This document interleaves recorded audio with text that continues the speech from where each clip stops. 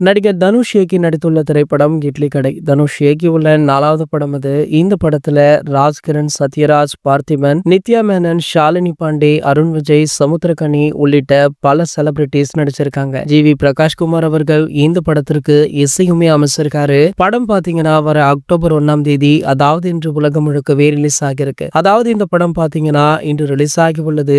சமீபத்துல கூட சென்னையில இசை வெளியீட்டு விழா நடந்தது. மேலும் மதுரை, திருச்சி ஆகிய ஊர்களுக்கு சென்று ரசிகர்கள் முன்பு இந்த படத்தை ப்ரொமோஷன் பண்ணாரு நம்ம தனுஷ் அவர்கள். அதுல சிறு வயதுல இட்லி வாங்கி சாப்பிட காசு இல்லாத தன்னுடைய சகோதரிகளுடன் சேர்ந்து வயல்ல பூ பறித்து அதுல கிடைக்கும் காசுல இட்லி வாங்கி சாப்பிட்டதாக சொல்லியிருந்தார். அது ட்ரோல்ல சிக்கி இருந்த நிலையில என் அப்பா இயக்குனர் ஆவதற்கு முன்பு இது நடந்தது அப்படின்னுமே சொல்லிட்டார். இட்லி கடை திரைப்படம் தெலுங்கிலும் வெளியாகுது. எனவே இந்த படத்திற்காக ஹைதராபாத்ல பெரிய ப்ரொமோஷன் விழாவை தனுஷ் பிளான் போட்டிருந்தார். ஆனா கடந்த சனிக்கிழமை கரூர்ல விஜய் சார் சென்றிருந்த போது ஏற்பட்ட கூட்ட நெரிசல்ல 41 பேர் உயிரிழந்த சம்பவம் பெரும் சோகத்தை ஏற்படுத்தியிருந்தது. எனவே இந்த நிலையில ப்ரொமோஷன் நிகழ்ச்சி வேண்டாம் அப்படின்னு தனுஷ் அவர்கள் அந்த ப்ரொமோஷனை மட்டும் ஸ்டாப் பண்ணிட்டாரா. நேற்று இரவு சென்னை சத்யம் தியேட்டர்ல பல திரைப்பிரபலங்களுக்கு இந்த படத்துடைய பிரீமியர் காட்சியுமே போடப்பட்டிருக்கா. பலருமே இந்த படத்தை பார்த்துட்டு ஆஹா ஓஹோ அப்படின்னு புகழ்ந்து தள்ளிட்டும் இருக்காங்க.